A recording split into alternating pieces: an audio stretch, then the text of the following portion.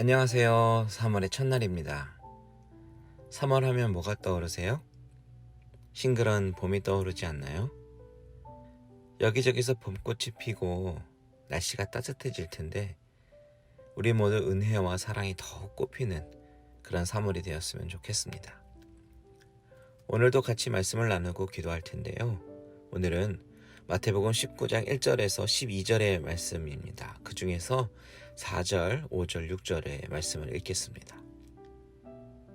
예수께서 대답하여 이르시되 사람을 지으시니가 본래 그들을 남자와 여자로 지으시고 말씀하시기를 그러므로 사람이 그 부모를 떠나서 아내와 합하여 그 둘이 한 몸이 될지니라 하신 것을 읽지 못하였느냐. 그런즉 이제 둘이 아니요 한 몸이니 그러므로 하나님이 짝지어 주신 것을 사람이 나누지 못할지니라 하시니. 우리 인간은 모든 상황을 해석할 때 나에게 유리한 쪽으로 생각하고 해석하는 경향이 있습니다. 마찬가지로 오늘 예수님께 찾아와서 시험하고 있는 바리새인들도 율법을 해석하면서 자신에게 유리하게 해석하려고 하는 의도가 보입니다. 오늘 본문의 바리새인들은 예수님을 시험하여 물어보죠. 3절에 보면 사람이 어떤 이유가 있으면 아내를 버릴 수 있는지 물어봅니다. 이 구절만 봐도 이 바리새인들의 관점이 어떤 관점인지 보입니다. 우선 시험하려고 물어봤다라는 부분과 또한 어떻게 하면 버릴 수 있는지에 대해서 물어보는 부분이죠. 아내를 버릴 구실을 찾고 있는 거예요. 그 당시 유대인들은 이혼에 관한 모세율법의 해석을 놓고 크게 두 가지로 나뉘었습니다. 그 율법을 보면요, 신명기 24장 1절에 보면 아내에게 수치되는 일이 발견이 되고 그를 기뻐하지 않으면 이혼 증서를 주라고 말합니다. 그런데 이 수치되는 일, 이것이 과연 무엇인가에 대해서 해석이 크게 둘로 나뉘어지면서 사람들 사이에서 의견이 분분해지는 것입니다. 바로 여기에서 각자의 사람들은 자신에게 유리한 쪽으로 해석하기 시작하는 거예요. 당시 크게 두 가지 학파로 나뉘어서 이것을 해석했는데 힐렐 학파는 이 수치되는 일이 남편이 못마땅해야 하는 모든 일이 수치다, 이렇게 해석을 합니다. 그리고 또 다른 샴마이 학파는 이 수치를 간음으로만 규정합니다. 이 보수와 진보 사이에서 많은 유대인 남자들은 자신의 아내를 버릴 명분을 얻기 위해서 힐렐 학파를 많이 따랐다고 합니다. 그런데 이들이 예수님을 찾아와서 시험한 이유가 무엇이겠습니까? 자신들의 행위를 정당화하고 또한 예수님을 공경에 빠뜨리기 위해서 아니겠습니까? 예수님이 이전에 산상수훈에서 가르치실 때에 마음속에 음욕을 품고 여자를 보는 자마다 이미 간음하였다라고 말씀하시고 나서 어떤 말씀을 하셨냐면 또 일렀으되 누구든지 아내를 버리려거든 이혼 증서를 줄 것이라 하였으나 나는 너희에게 이르노니 누구든지 음행한 이유 없이 아내를 버리면 이는 그로 간음하게 하며 또 누구든지 버림받은 여자에게 장가드는 자도 간음함이니라. 예수님께서 음행한 이유 없이 아내를 버리는 것이 잘못되었다라고 가르쳤습니다.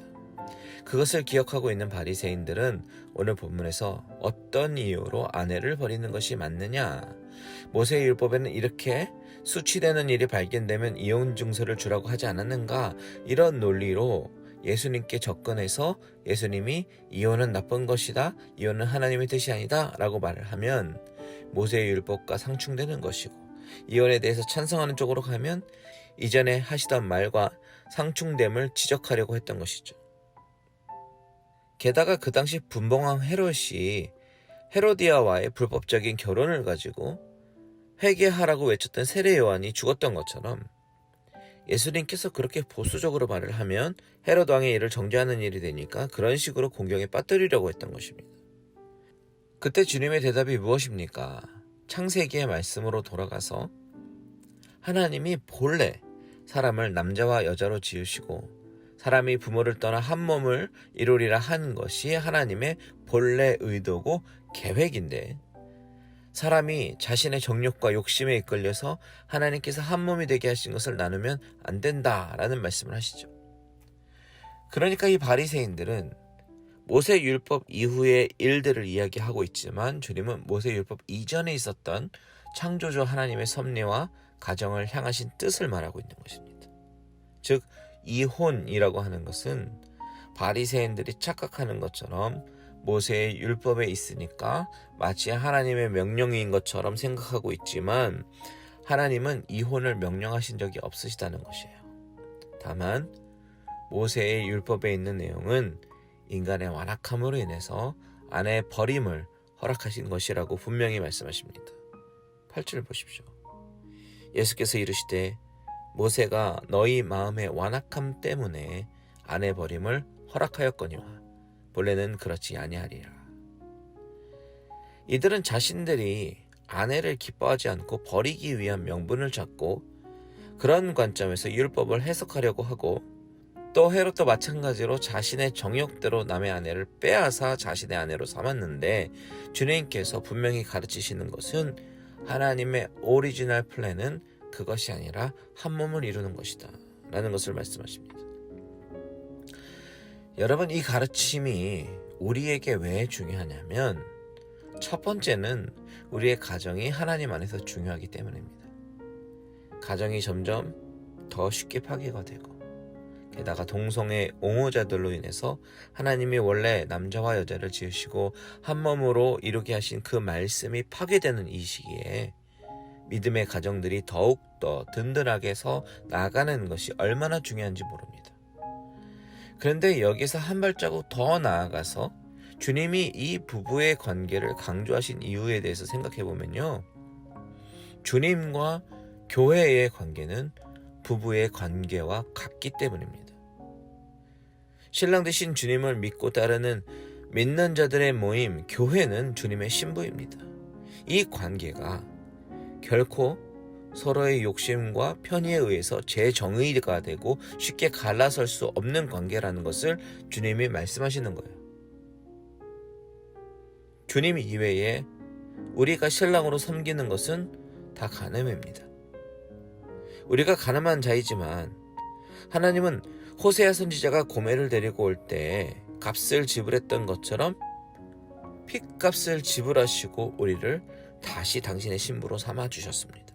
이 부분까지 나아가서 오늘 본문을 생각해보면 너무나도 은혜 넘치는 본문이 아닐 수 없는 거예요. 사순절 기간에 주님의 피의 값이 얼마나 더욱 값진 것인지 더욱 묵상하며 그 은혜에 거하시는 저와 여러분들 되시기를 주님의 이름으로 축원드립니다.